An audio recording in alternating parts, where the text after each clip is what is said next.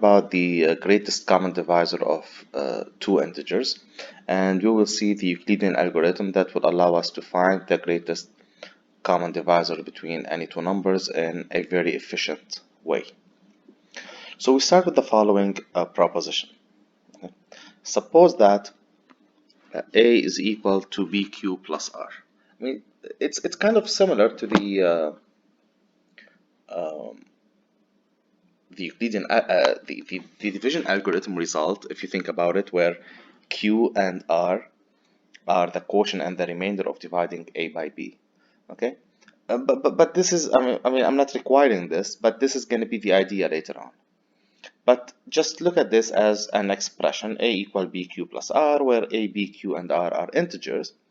Then we want to show that the GCD of AB is the same as the GCD of BR.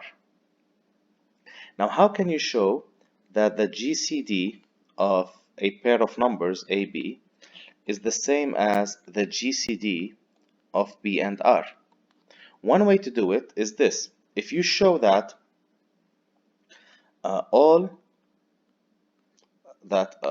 if you can show this, if D is a common divisor, it's a common divisor for A and B,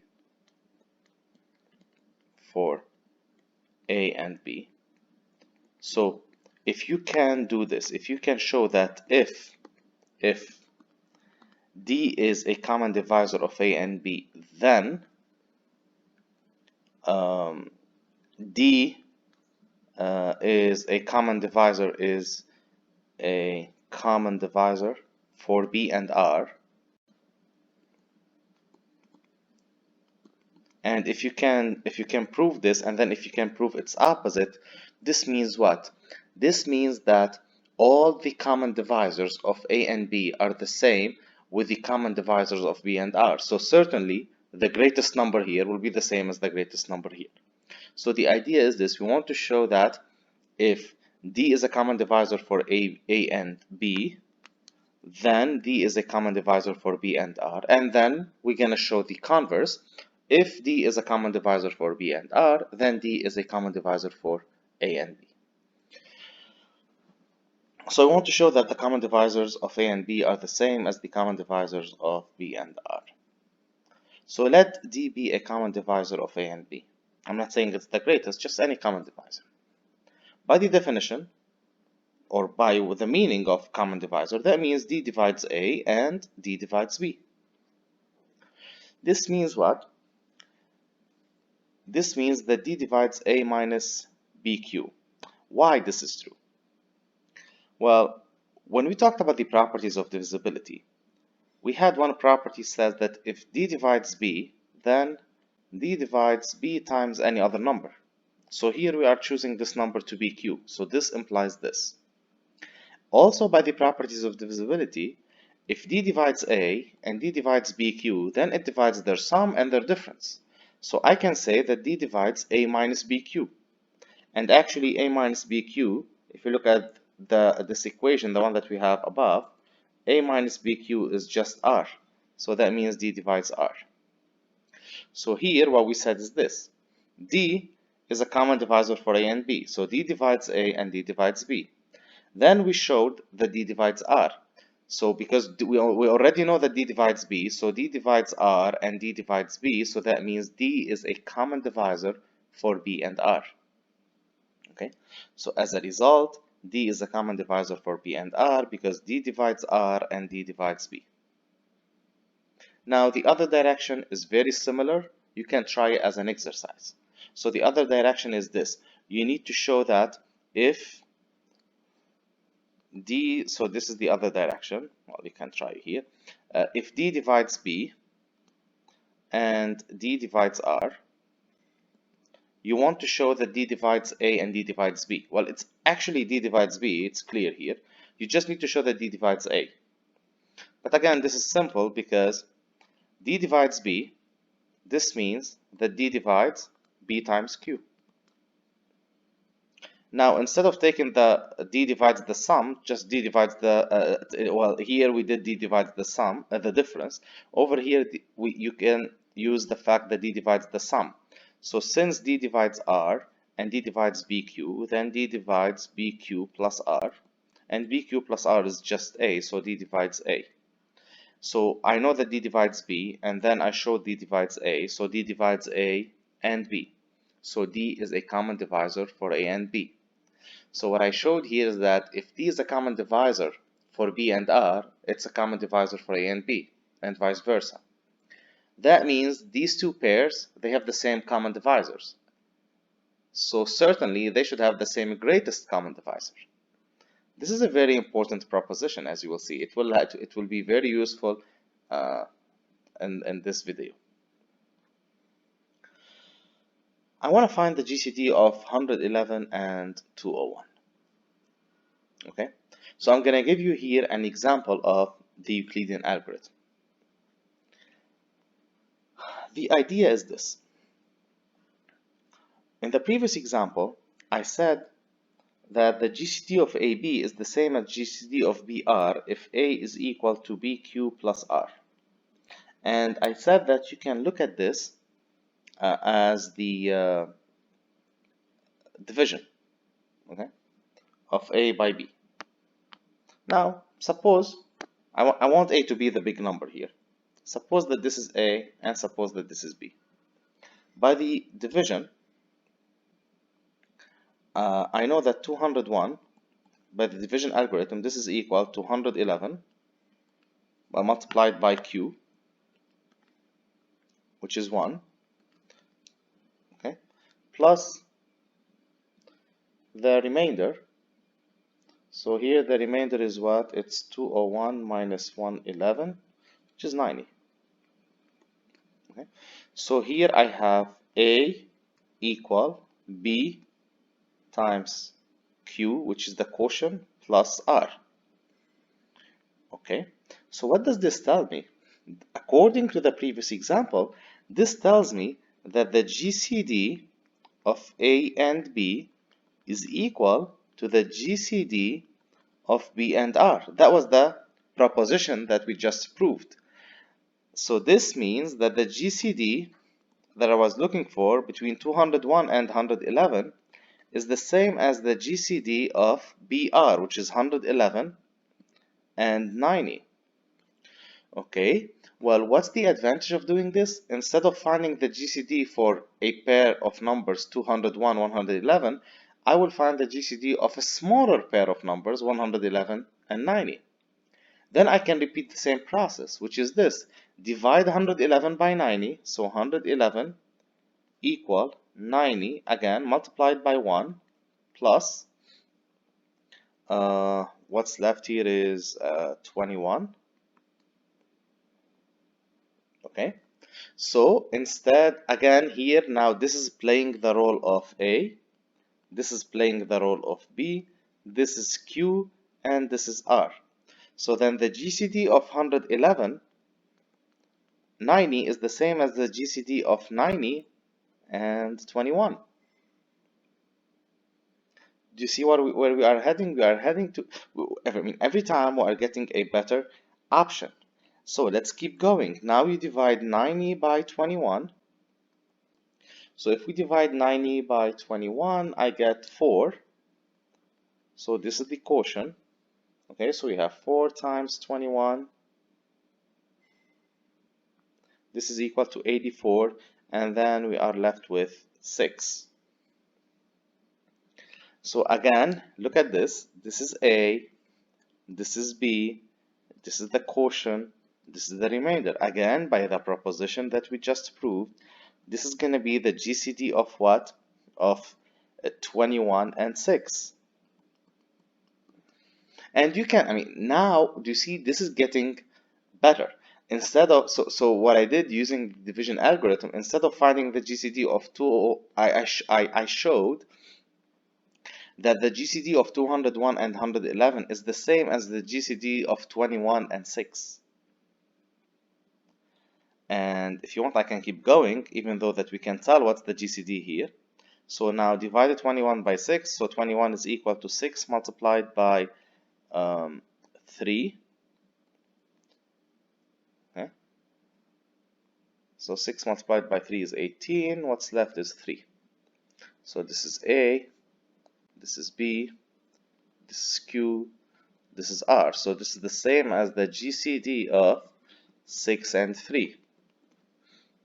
Okay? Which clearly is 3. So this is going to be the idea of the Euclidean algorithm. It's really based on the proposition that we just proved, that the GCD of AB, if you divide A by B and you write it as A equal using the division algorithm BQ plus R, then GCD of AB is the same as GCD of BR, and you can keep repeating this process. Eventually, you're going to end up with smaller number where you can tell what's the GCD. So the GCD of 111 and 21 is 3. Now this is what we call a pseudocode. So the Euclidean algorithm uses successive divisions to reduce the problem of finding the greatest common divisor of two positive integers to the same problem with smaller integers as we did in the previous example, until at the end one integer is going to be 0. So for those of you would like to the pseudocode, that's how you can write it. So the idea is this: we start by setting so the input is going to be two integers, a and b, positive integers. Doesn't matter which one is bigger, a is bigger or b is bigger. This doesn't matter. Okay. You start by setting x equal to a and y equal to b. Then, as long as y is bigger than 0, so here I'm dividing a by b. As long as y is positive, okay, so as long as y is different than 0, then you find the following: r, which is x mod y. Remember, this is the remainder of dividing x by y. So here you're gonna get like what I was doing. It's like x equal y times a quotient plus r. So r is just the remainder of dividing x by y.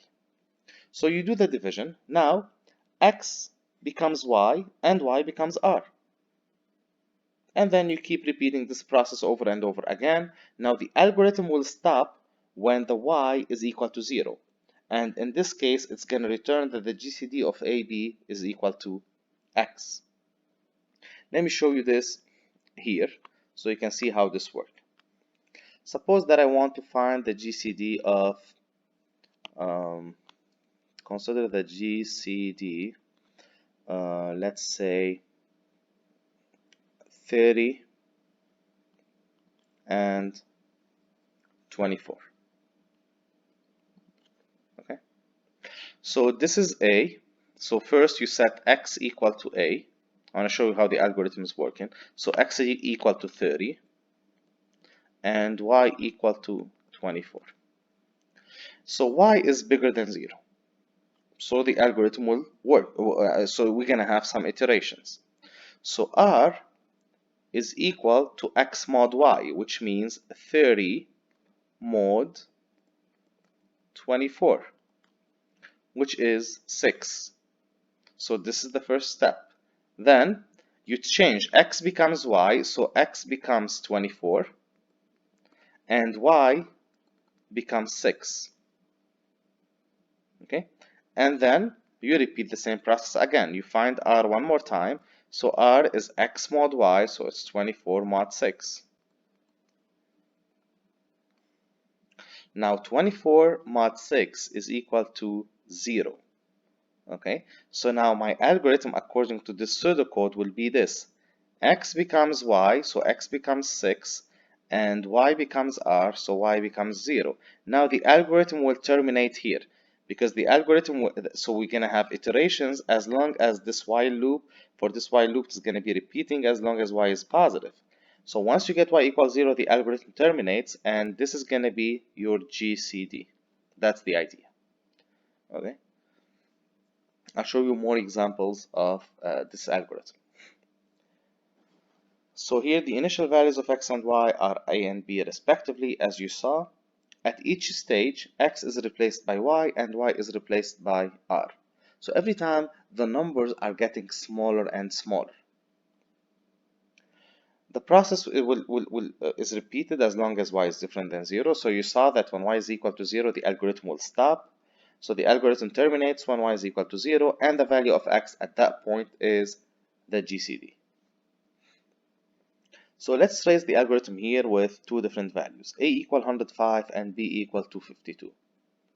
Notice that here I'm giving the algorithm using this table, but I also want to show you how I can do this without that table. Okay, so I want to show you how I can do it, because in the homework you will see this type of questions. So you start by dividing a by b. So here, if you divide a by b, the numbers are, so it doesn't matter if you start with this. If you divide a by b, this is going to be 105 equal 252. The quotient is 0, and the remainder is 105. So it doesn't matter, like I don't require that a has to be bigger than b. So here in this example, you see that a is smaller than b. Now, remember that this is a, this is b, this is q, this is r. Then you divide b by r. Okay, remember that the idea was this, that GCD of AB is the same as GCD of B and R.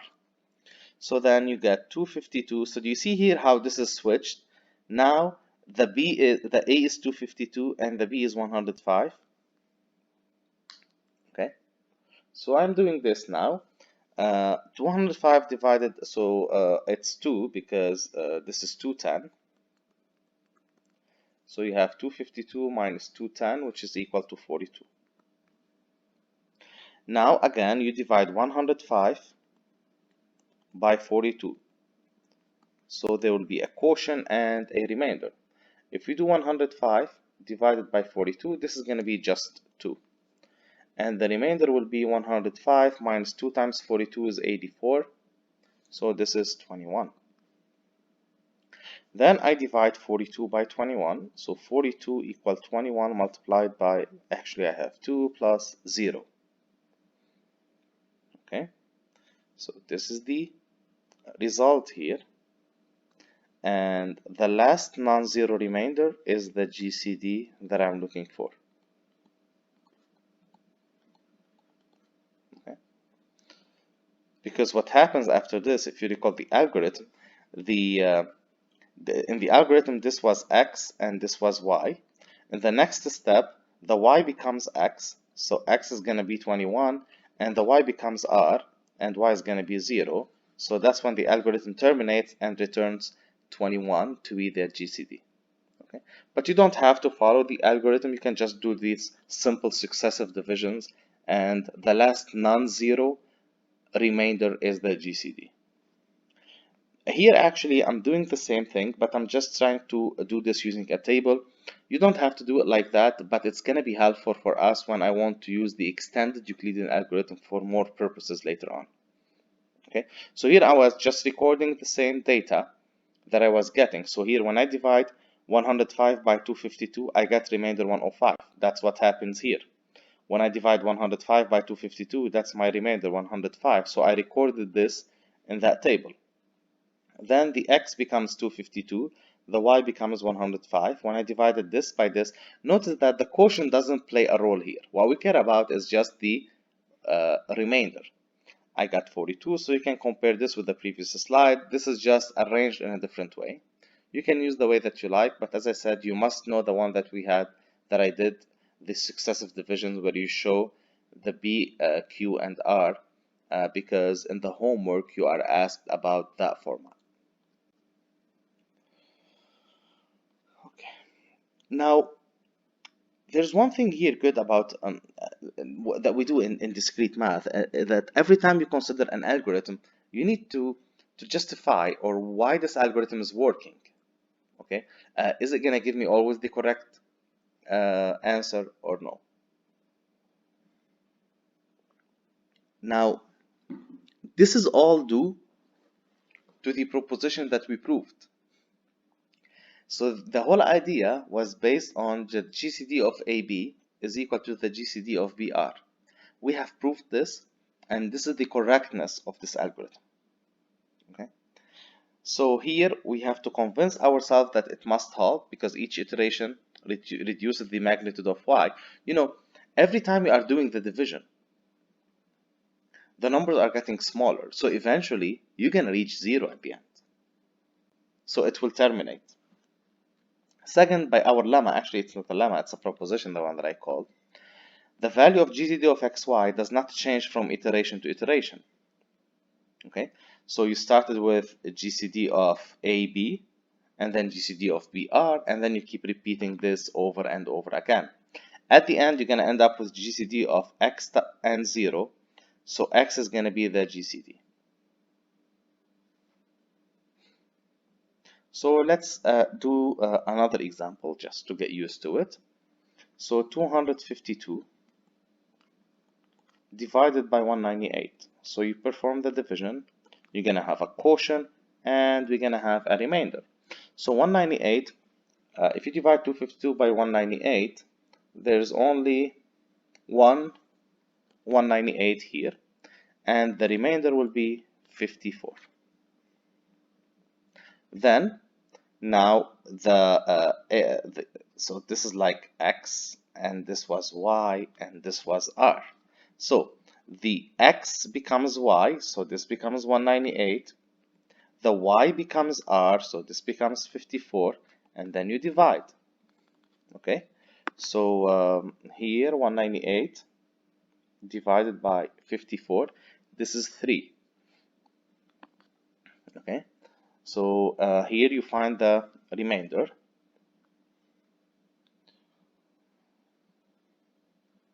So this is 36.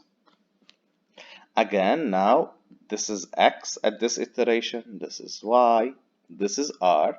So the x becomes y, so this becomes 54. The y becomes r, so this becomes 36. And here I'm going to have a quotient and remainder, so this is going to be 1. And 54 minus 36 is 18. So then again, this is 36 equal 18 multiplied by 2 plus 0. So the algorithm will terminate here. Why? Because in the next iteration, x is going to be what? X is going to be 18. Y is going to be 0. So the algorithm will terminate. And then this is going to be the GCD. So you can just stop here. And you say that the last non-zero remainder is the GCD of 252 and 198. You see, it's a very efficient way. Instead of finding the factorization of this and the factorization of this, and then try to find it. And remember, when the numbers gets large, the factorization becomes harder and harder. Okay, so here we are just repeating the same steps that we did. So you can see that the algorithm will terminate here, and the GCD will be 18 as we did. And here I'm showing you that how you can do it if you would like to use the table. But I want you to know how to do this for the homework, mostly. Okay, now we want to extend this idea. So we have a theorem due to Bezout. It says the following, that if a and b are positive integers, then there exist integers s and t such that the GCD of AB is equal to s times a plus t times b. For example, you see in the previous one, I had GCD of 252 and 198. This was 18. So according to this theorem, this says that there exist two numbers s and t, so that I can write 18 as 252 multiplied by s plus 198 multiplied by t. So I want to find these two numbers. That's my goal now. I want to find what's s, and I want to find what's the value of t. Remember here that these are integers. So you can say, for example, you know what, I can make s equal 10 and then solve for t. Well, if you can do this, and who said that t is going to be an integer? That's the main thing. Okay, so our goal is to find integers s and t satisfying this equation, and by Bezout theorem, this must exist. It has to. So for this, you can use what we call the reverse of the Euclidean algorithm. So this is like you go backwards. Okay, so reversing the substitution steps of the algorithm yields an expression of GCD of AB is as SA plus TB. I'll show you an example. We know that GCD of 252, 198 was 18, but I need to write the steps again. So remember that 252 was 198 multiplied by 1 plus 54, and then 54 was 198 here was 54 multiplied by 3 plus 36, and then 54 was 36 multiplied by 1 plus 18, and then 36 was 18 multiplied by 2 plus 0. These are the steps that I followed to find the GCD, and just make sure that I'm not missing anything here. Yes, 54, 36, 18, 1, 3, 1. Okay, perfect. So now I use the reverse of the Euclidean algorithm. So here's what I go. I start from here. So 18 is equal to 54 minus 36 multiplied by 1.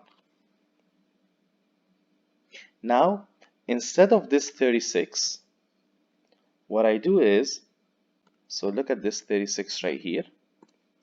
Instead of the 36, I'm going to write 198 minus 54 times 3. Okay, so this is equal to 54, this stays the same, minus, instead of the 36, it's multiplied by 1. I write 198 minus 54 multiplied by 3. Now I clear the parentheses, so this is equal to 54 minus 198 plus 54 multiplied by 3. Now I don't multiply 54 by 3, I just keep it 54, and I add these up like collecting like terms. Like 54 plus 54 multiplied by 3 is 4 54s. So this is like 4 multiplied by 54 minus 198. Then instead of this 54, I put 252 minus 198 from the first equation, minus 198, the one that I carry from here. So that's 4 multiplied by 252 minus 4 multiplied by 198 minus 198. Now you can combine these together. This is going to give you 4 times 252 minus 5 multiplied by 198. And remember, everything here is equal to 18. So 18 is equal to this, and that's what I wanted. Okay, so these are S and T. So this is S and negative 5 is T. That's how you find it using the reverse of the Euclidean algorithm.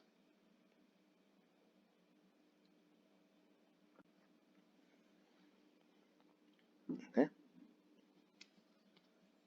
So you can see here the steps that I just did over there, and you can see that this is the result that I just found previously. Now, this was simple because to get my GCD, I only needed 2 steps.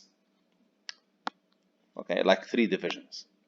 But sometimes it may take like 6 or 7 divisions. I mean, that's not a problem, but the problem will be what? If you got 6, 7 divisions and you want to go backwards, that's going to take lots of algebra. You can use this, always.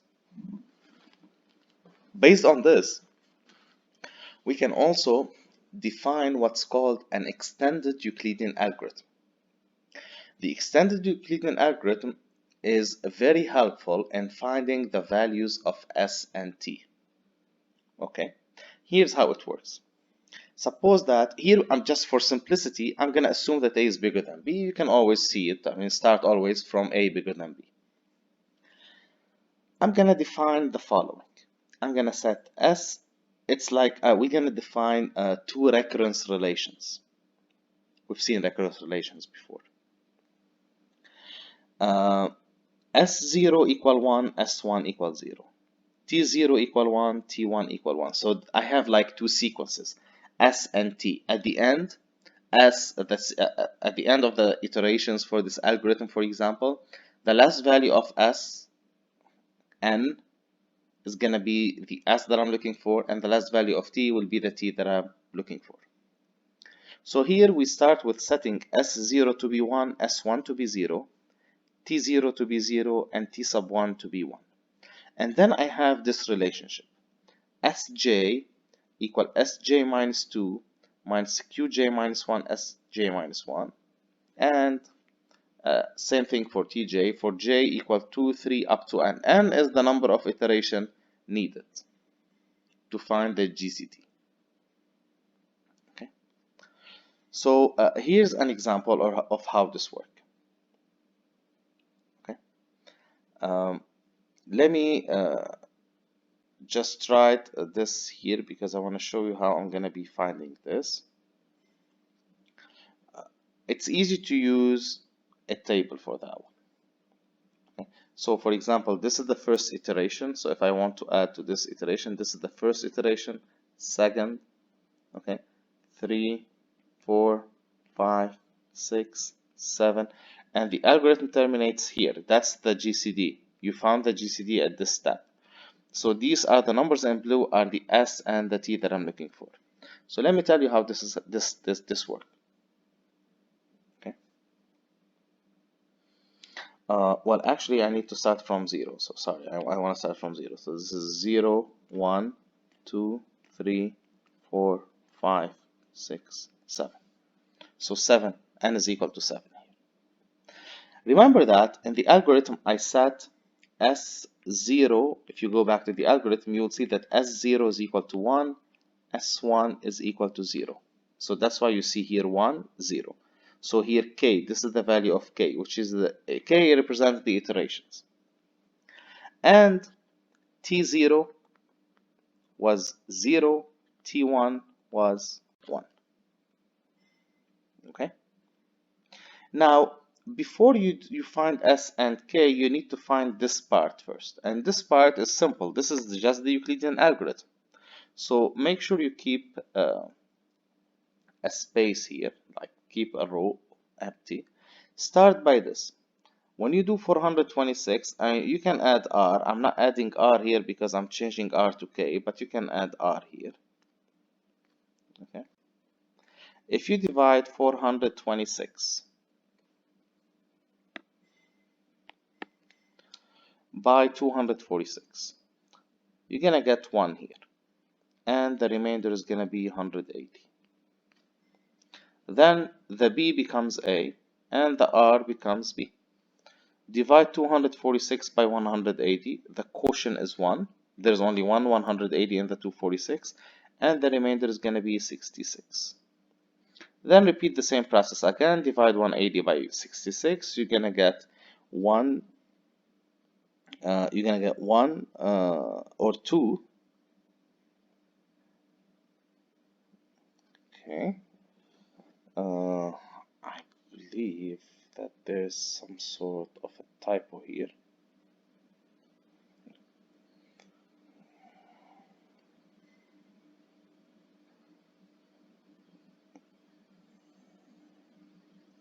Okay, so you divide 180 by 66.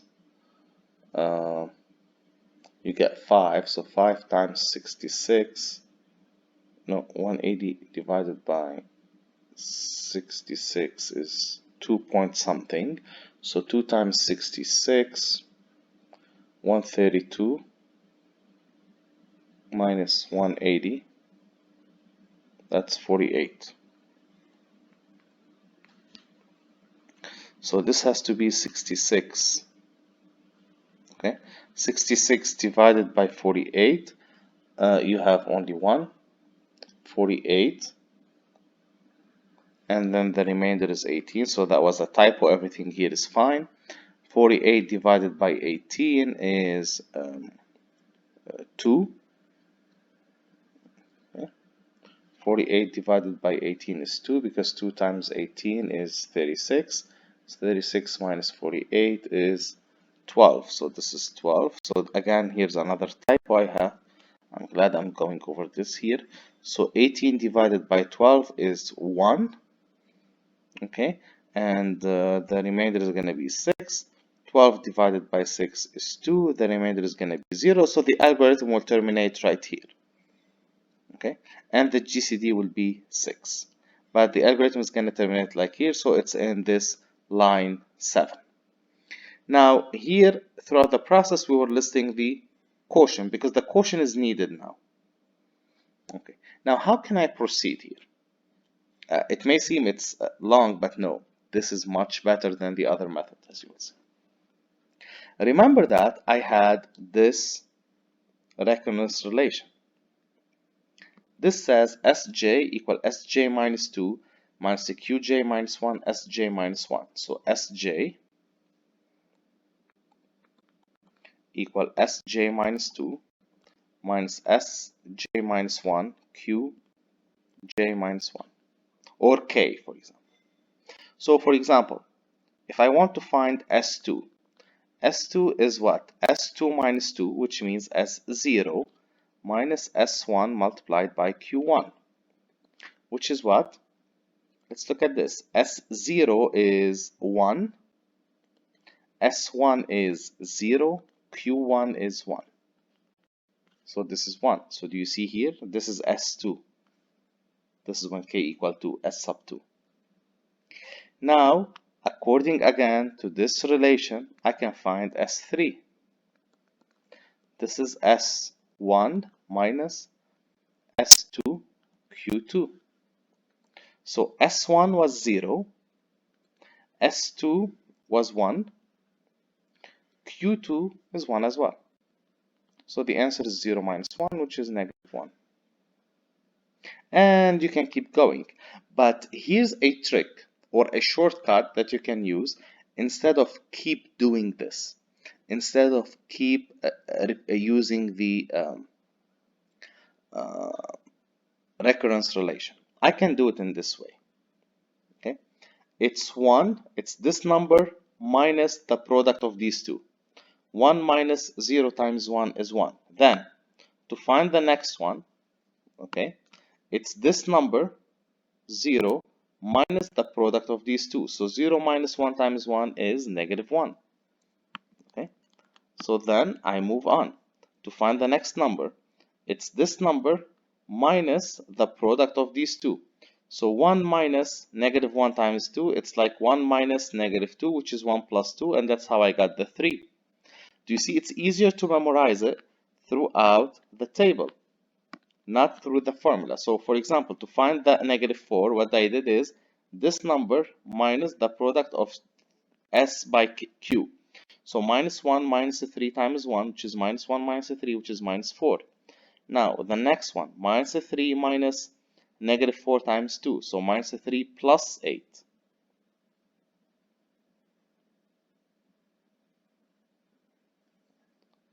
Oh, wait a second here.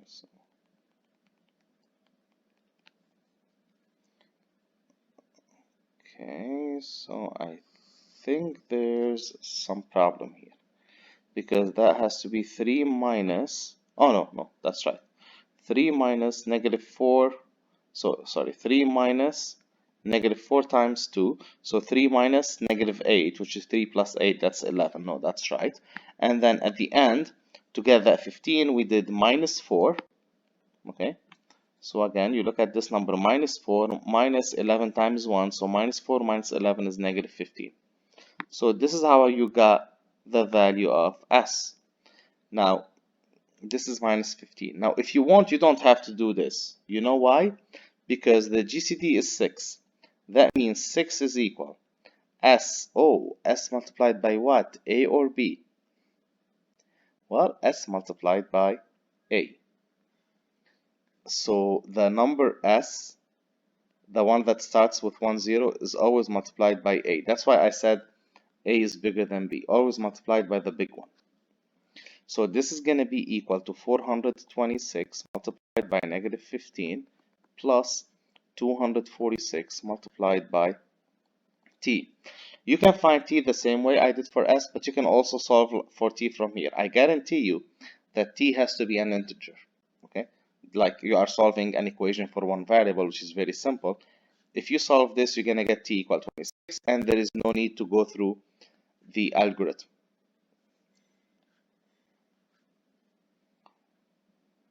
Okay. Now you can verify this. We have done this before at the GCD of 252 and 198. Try to apply this extended Euclidean algorithm to be able to find S and T. And you can verify your answers like this, and these are the steps here. Remember, this is the step 0. So this is like when k is equal to 0, k is equal to 1, k equal 2, k equal 3, k equal 4. That's how long we need. Okay. Here I'm not listing R, but again, you can list it. It's very easy to see what are the R's. So this R is 54, this R is 36, this R is 1, this R is 0. So you always AND, so the last row is the row that contains R equals 0.